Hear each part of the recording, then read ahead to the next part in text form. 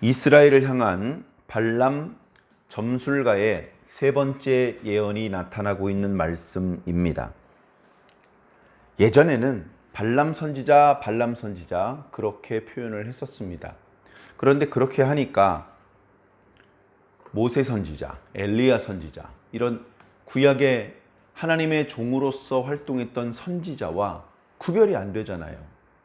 발람 선지자는 이사야 선지자, 예레미야 선지자, 이런 선지자들하고는 전혀 다른, 그렇기 때문에 선지자라는 표현을 써서 혼동을 일으킬 필요가 없는 것입니다. 그는 무당이고 점쟁이입니다. 저는 보통 점술가라는 표현을 많이 씁니다. 오늘 말씀에도 점수를 쓴다, 사수를 쓴다, 그런 표현들을 이제 쓰고 있는데, 그래서 이제 점술가라는 표현이 오히려 적당한 것 같습니다. 자, 이 점술가는 점술가들 중에서는 흔히 하는 말로 용한 점술가로 유명한 사람입니다. 이 점술가가 예언을 하면, 이 점술가가 저주를 하면 어쨌든 이 점술가가 말한 대로 된다는 것입니다. 사람들이 그렇게 믿었습니다. 실제로 이 사람의 말이 무슨 능력이 있겠습니까? 그러나 이 땅에 곳곳에 악한 귀신의 영들이 있고, 그 귀신의 영들은 하나님처럼 전능하지는 못하지만, 그리고 과거의 일은 기가 막히게 알아맞추어도 미래의 일은 알아맞추지 못하지만, 그러나 그들에게는 인간의 관점에서 볼 때는 아주 특별한 능력이 있는 것처럼 느껴졌습니다.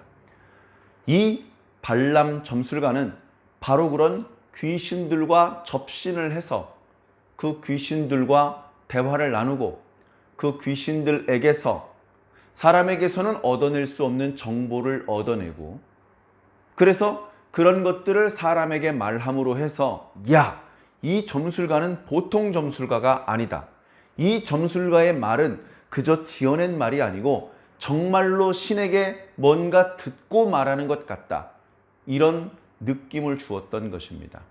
그런 일이 여러 번 반복되자 이 발람 점술가는 유명한 점술가가 되었습니다.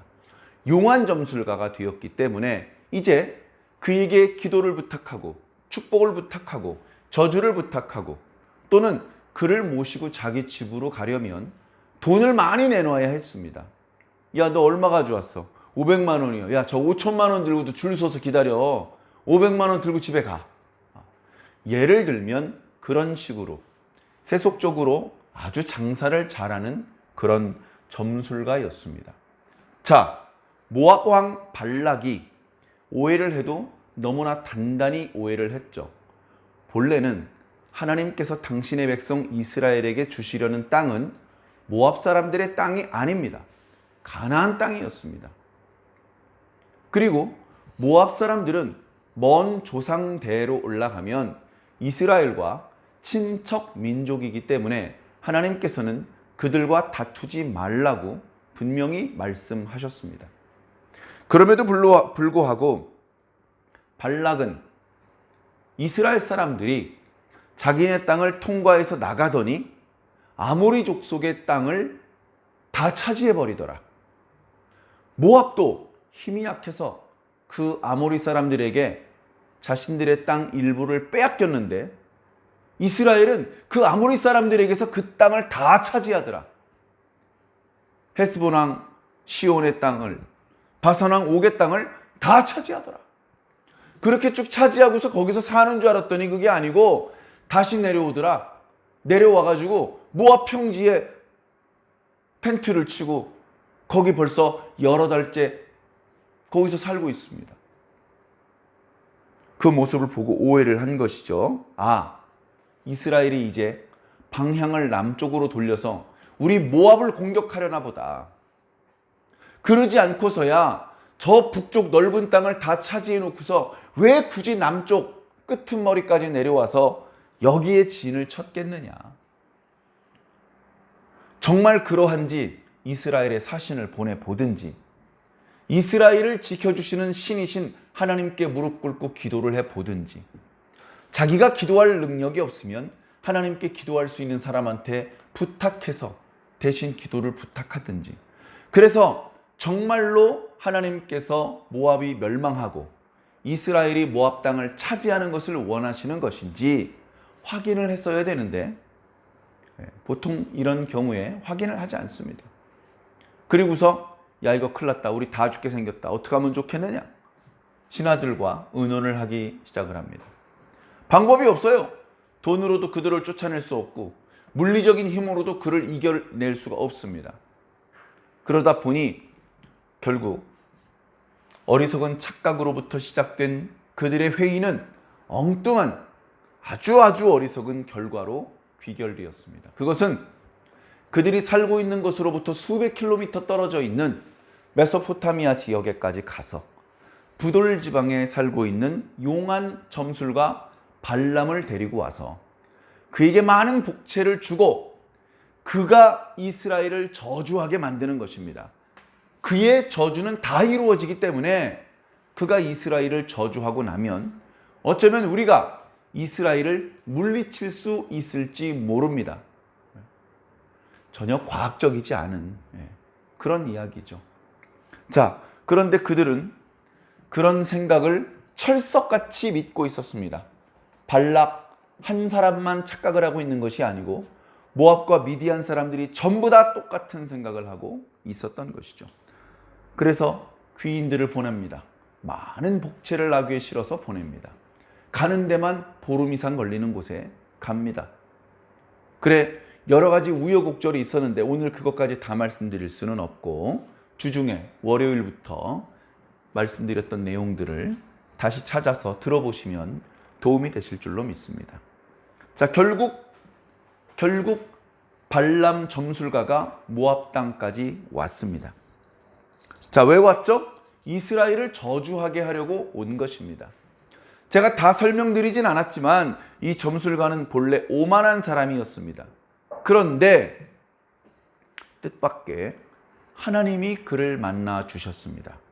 그가 하나님을 만날 수 있을 정도로 영험한 사람이었느냐? 그렇지 않습니다. 깨끗한 사람이었느냐? 전혀 그렇지 않습니다.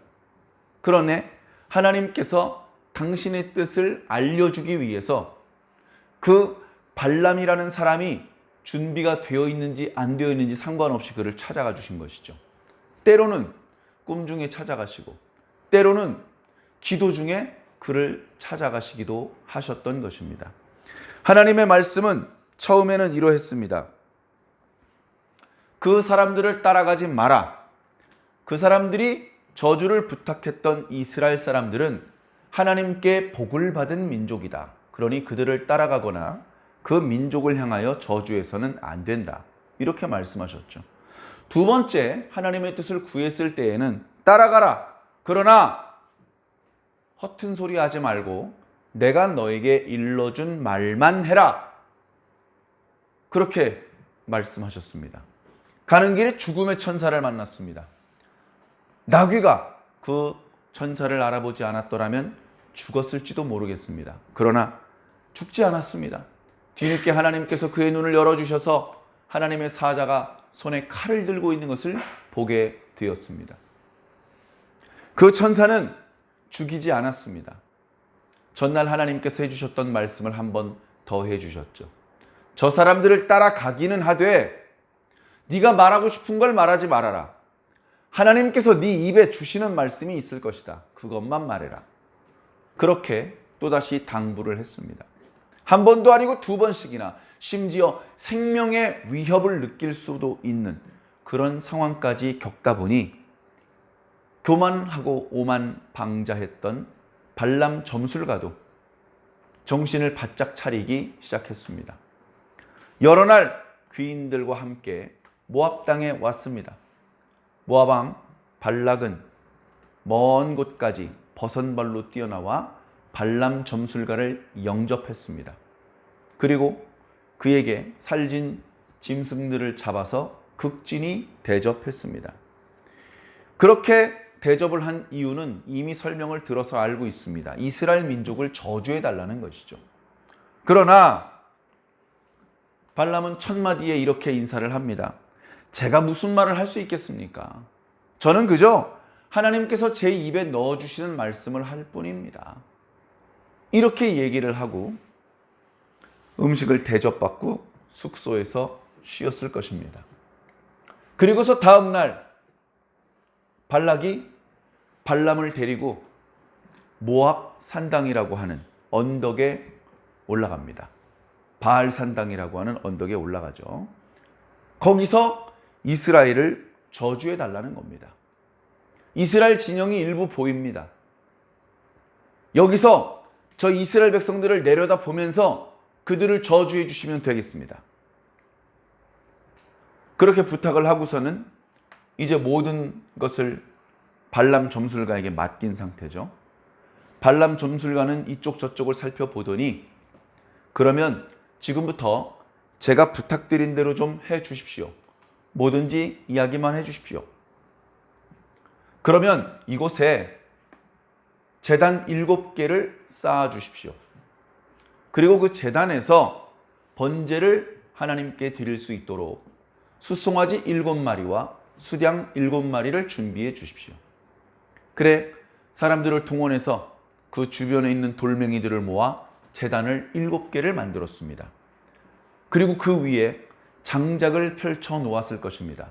제물을 올려놓고 불태우기 위해서. 그리고 나서 준비되어 있는 7마리의 숫송아지와 7마리의 숫양을 차례차례 잡았습니다.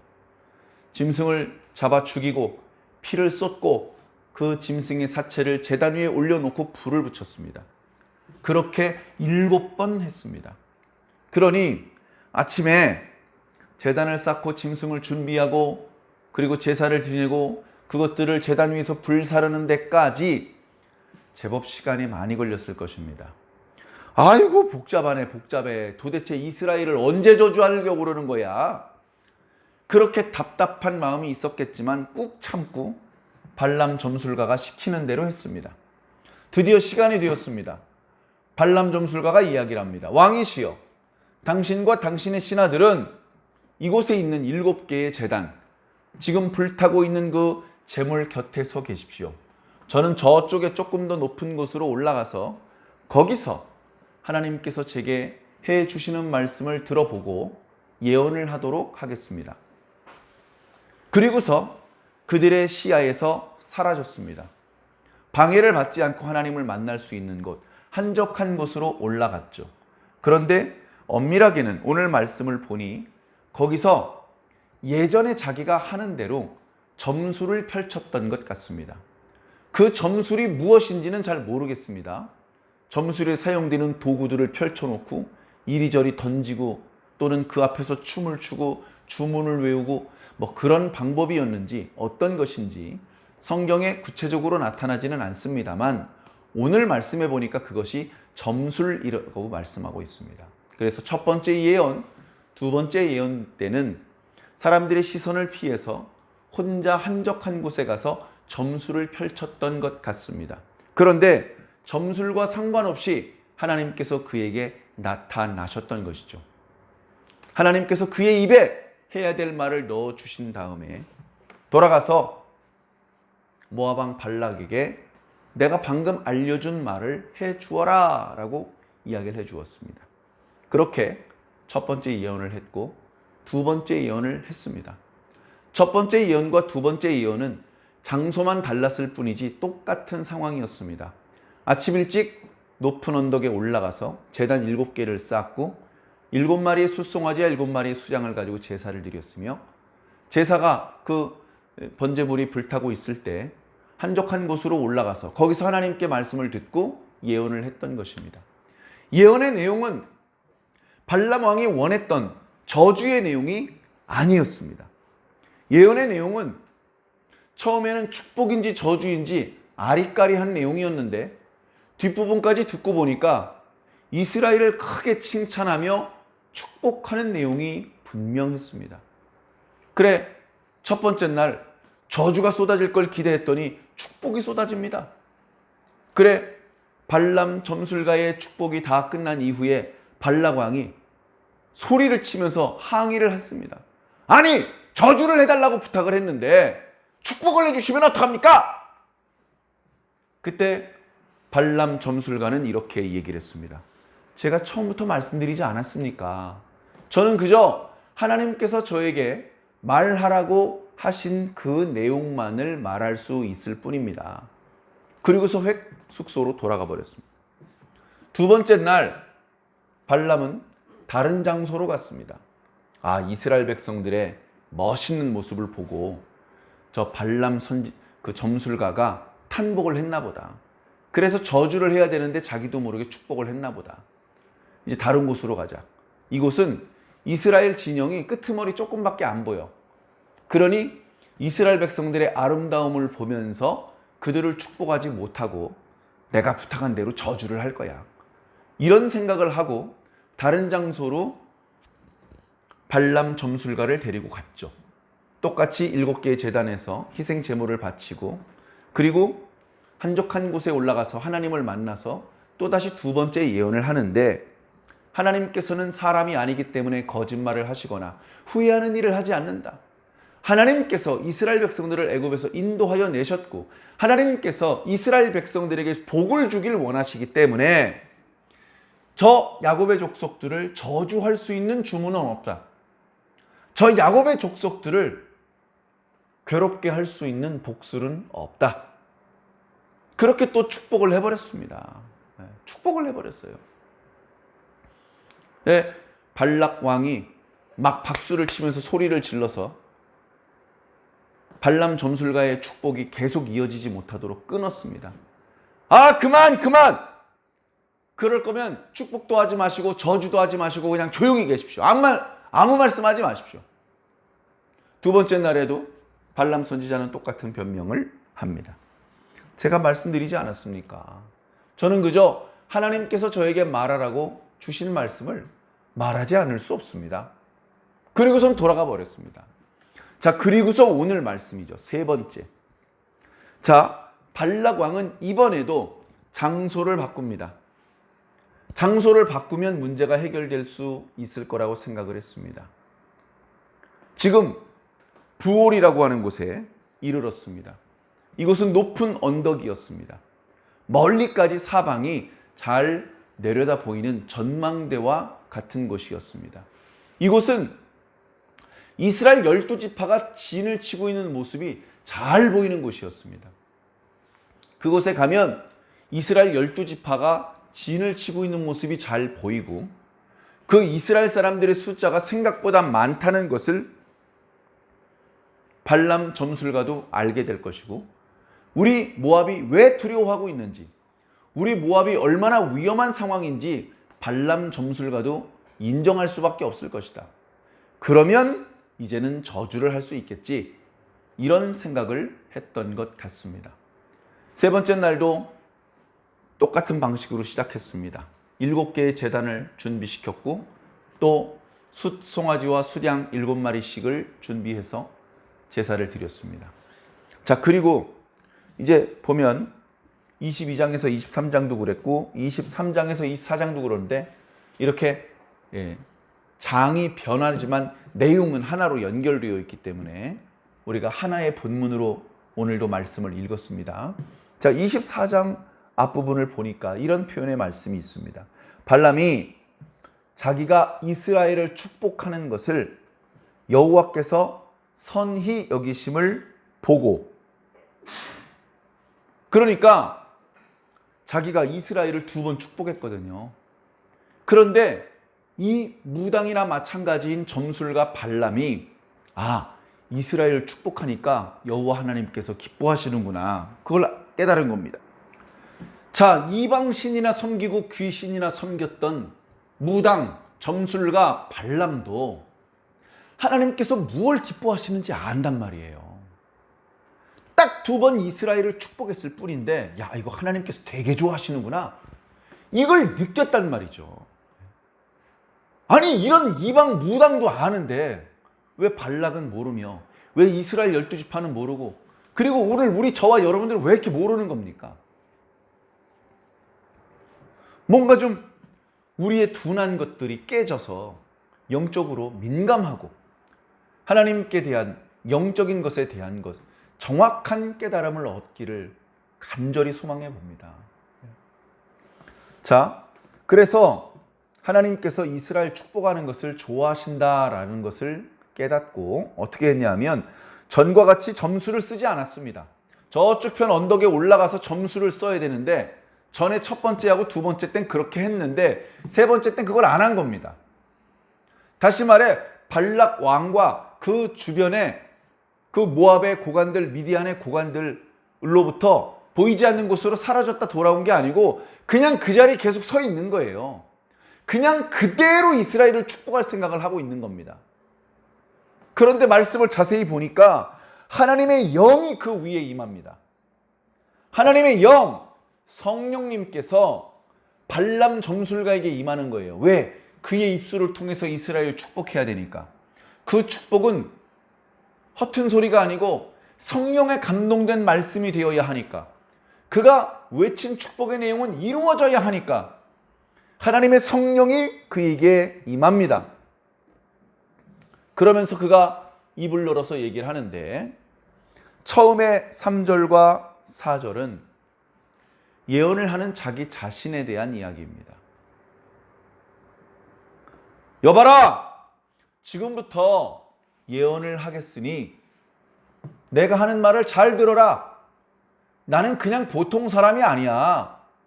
나는 위대한 선지자야. 이런 이야기를 지금 하고 있는 것이죠. 자, 어떻게 표현하고 있느냐 하면 부올의 아들 발람이 말하며 눈을 감았던 자가 말하며 하나님의 말씀을 듣는 자, 전능자의 환상을 보는 자, 엎드려서 눈을 뜬 자가 말하기를. 내가 하는 예언은 정말로 중요한 말이고 이건 신의 음성을 대변하는 것이기 때문에 반드시 이루어질 내용이다. 그러니 내가 하는 말을 우습게 또는 가볍게 생각해서는 안 된다. 또는 이런 말이죠. 또는 내가 어떤 내용의 말을 하도록 너희들이 조종하려고 해서는 안 된다. 내가 지금부터 하는 말은 나도 조종할 수가 없고 너희도 조종할 수가 없으며 오직 하나님의 뜻대로만 말하는 것이다 라고 이야기하는 것입니다. 자, 오늘날도 마찬가지예요. 오늘날도 이게 참 힘든 겁니다. 주의 종이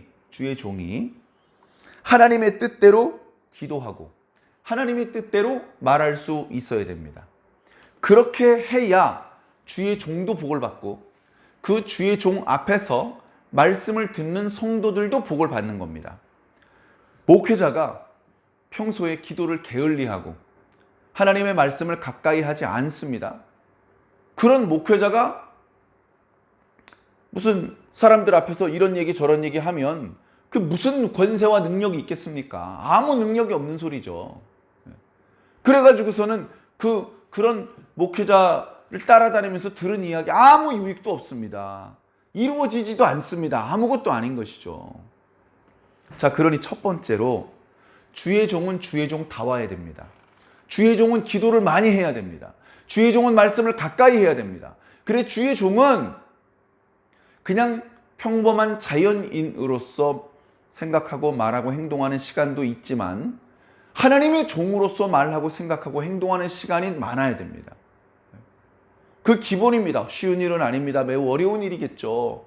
그러나 주의 종은 그것을 감당을 해야 됩니다. 자, 두 번째, 성도들은 그런 주의 종을 조정하려고 하면 안 됩니다. 목사님, 오늘 이런 방향으로 기도해 주십시오. 목사님, 오늘 이런 분위기로 설교를 해 주십시오. 그렇게 부탁을 하는 경우가 의외로 많이 있습니다. 그러면 안 됩니다. 주의 종이 정말로 하나님의 종이라고 믿는다면 그런 말은 불가능하죠. 주의 종이 하는 말은 주의 종도 컨트롤을 못한다니까요. 그런데 성도들이 그걸 어떻게 컨트롤합니까? 자꾸 컨트롤하려는 생각, 그게 우상숭배의 마음입니다. 어떤 말씀을 주시든지 우린 무조건 아멘이고 순종입니다. 이것이 신앙인의 마음이지 내 마음에 드는 말씀은 아멘이고 내 마음에 듣지 않는 말씀은 거절한다. 이게 무슨 신앙입니까? 우상숭배의 마음이죠. 우상숭배의 마음. 아이고 저 목사 저 왜 저렇게 설교를 해? 저 목사 바꿔. 야 우리 마음에 드는 설교를 하는 목사가 나타날 때까지 계속 바꿔. 그렇게 해가지고 마음에 드는 설교 들으면 뭐가 달라집니까? 하나님의 뜻은 아무 변화가 없는 것입니다. 오늘 말씀에 눈을 감았던 자 또는 눈을 뜬 자가 말한다 라는 표현이 있는데 원문을 보면 감았던 자가 아니라 감았었던 자, 그래서 다시 지금 눈을 뜨고 있는 자가 말한다 라는 뜻입니다. 그리고 그 두 번째 눈을 뜬 자가 말하기를 이라고 4절 뒷부분에 있는데 이 부분은 무슨 의미냐 하면 눈에 덮인 것, 가려진 것이 없는 자가 말한다 라는 뜻입니다. 원문의 의미로는. 그러니까 어쨌든 지금부터 내가 하는 예언은 미친 사람의 허튼 소리가 아니고 살아계신 하나님께 감동되어서 하는 하나님의 말씀이다. 그 이야기를 하고 있는 것이죠. 자, 이제 5절부터 그 구체적인 예언의 내용이 나타나는데 내용은 뭡니까? 야곱의 자손들이 장막 친 걸 보니 너무나 아름답다. 너무나 아름답다는 겁니다. 그러면서 그의 벌어짐이 골짜기 같고 강가의 동산 같고 여호와께서 심으신 침향목 같고 물가의 백향목 같도다. 물통에서는 물이 넘치고 그 씨는 많은 물가에 있고. 이런 것들이 결국 뭡니까? 이스라엘의 아름다움을 칭송하는 내용입니다. 저주하고는 거리가 먼 것이죠. 자, 8절부터는 두 번째 예언 때도 나타났던 말씀이죠. 하나님께서 이스라엘을 애굽에서 인도하고 내신, 그냥 하나님의 뜻과 무관하게 이스라엘이 운 좋게 빠져나온 게 아니라는 겁니다. 지금 하나님께서 주동이에요. 이스라엘 백성을 막을 생각을 하면 안 됩니다. 하나님을 막아야 되는 거예요. 눈에는 이스라엘 사람들만 보이지만 사실은 하나님께서 앞장서서 움직이신 계신 것입니다. 자, 그렇기 때문에 하나님께서 인도하고 계시기 때문에 이스라엘 백성들은 들소처럼 강력하다. 그리고 그들은 숫사자와 같고 암사자와 같이 용맹하다. 두려운 존재다. 누가 너를 해칠 수 있겠느냐? 너를 축복하는 자마다 복을 받을 것이고 너를 저주하는 자마다 저주를 받을 것이다. 그러니 아무도 이스라엘을 저주할 수 없다. 이스라엘은 계속해서 축복만 받을 뿐이다 라는 축복의 예언을 세 번째 예언에도 하는 겁니다. 제가 말씀을 읽으면서 느끼기로는 첫 번째보다는 두 번째보다는 오늘 세 번째 예언의 말씀이 더 강력한 축복의 내용을 담고 있습니다. 자, 이렇게 되니까 이제 비싼 복채를 주고 용하다고 하는 점술과 발람을 불러온 발락은 아주 화가 많이 나겠죠. 우리가 내일 묵상하게 될 말씀을 보니 발락이 막 화를 내는 그런 장면이 나타납니다. 그러자 그 자리에서 또다시 한 예언을 더 합니다. 그 내용은 우리가 내일 묵상하게 될 텐데 그 내용에는요, 더 큰 축복의 내용이 나오고 심지어 메시아가 나타날 것까지 예언하는 그런 말씀까지 나타납니다. 그러니까 이 무당이 경건해서 이런 예언을 할 수 있었던 게 아니고 그냥 하나님의 뜻입니다. 하나님은 돌멩이를 통해서도 예언하실 수 있어요. 그 무당을 통해서 왜 예언을 못 하시겠습니까? 다 하나님께서 하시는 방법이고 하나님의 뜻이고 하나님께서 일하시는 모습인 것이죠. 우리는 그 껍데기, 형식의 시선을 빼앗길 것이 아니라 그 내용물을 보아야 됩니다. 그 예언의 내용, 그리고 그 예언이 주어지게 된 경위, 다시 말해 하나님의 성령이 임하여서 예언이 발하여진 것이기 때문에 이 예언의 내용은 믿을 만한 내용이라는 그런 것들을 주목해서 보아야 하는 것이죠. 사랑하는 성도 여러분, 오늘 현대 그리스도인들에게도 틈타기 쉬운 우상 숭배의 마음이 있다는 것을 여러 차례 말씀드렸는데 우리 완주중앙교회 성도들 마음속에는 그런 우상 숭배의 마음, 하나님을 내가 움직일 수 있고 주의 종을 내가 조종할 수 있을 것이라고 하는 그런 어리석은 마음, 바로 그 우상 숭배의 마음을 절대로 품어서는 안 됩니다. 다 내버리시고 우리 마음에 들든 마음에 들지 않든 무조건 하나님 말씀대로 순종하겠다라고 하는 그런 마음을 먹어주시기를 부탁을 드립니다. 그것이 참된 신앙인의 마음의 자세일 것입니다. 우리도 모릅니다. 우리가 얼마나 큰 사랑을 받고 축복을 받고 있는지. 오늘 말씀 마지막 구절에 너를 축복하는 자마다 복을 받을 것이요 너를 저주하는 자마다 저주를 받을 것이다. 하나님께서 우리에게 복을 주시며 우리를 지켜주시는 방법입니다. 우리 주변에 우리가 누군지 알고 또는 잘 알지는 못하지만 우리를 도와주는 사람들이 있습니다. 우리는 고맙지만 그 고마움에 보답할 능력도 없습니다. 그러나 하나님께서 축복해 주실 겁니다. 우리를 미워하는 사람들이 있습니다. 우리는 그들을 이길 수 없습니다. 우리는 힘이 약해요. 그런데 우리를 저주하는 사람들을 하나님께서 저주해 주십니다. 우리는 그들과 싸울 수 없지만 하나님께서 대신 싸워주십니다. 그래서 우리를 대적했던 사람들, 우리를 미워했던 사람들, 어느 날 다 사라지고 안 보이게 됩니다. 그런 방법으로 하나님께서 우리를 지금까지 지켜 인도해 주셨던 것이죠. 사랑하는 성도 여러분, 겸손하게, 진실하게 오직 하나님만을 섬긴다면 우리가 느끼든 느끼지 못하던 이런 하나님의 축복을 경험하게 될 것입니다. 이런 하나님의 축복과 사랑 그리고 보호의 은혜를 마지막 날까지 누리시기를 예수님 이름으로 간절히 축원합니다. 아멘.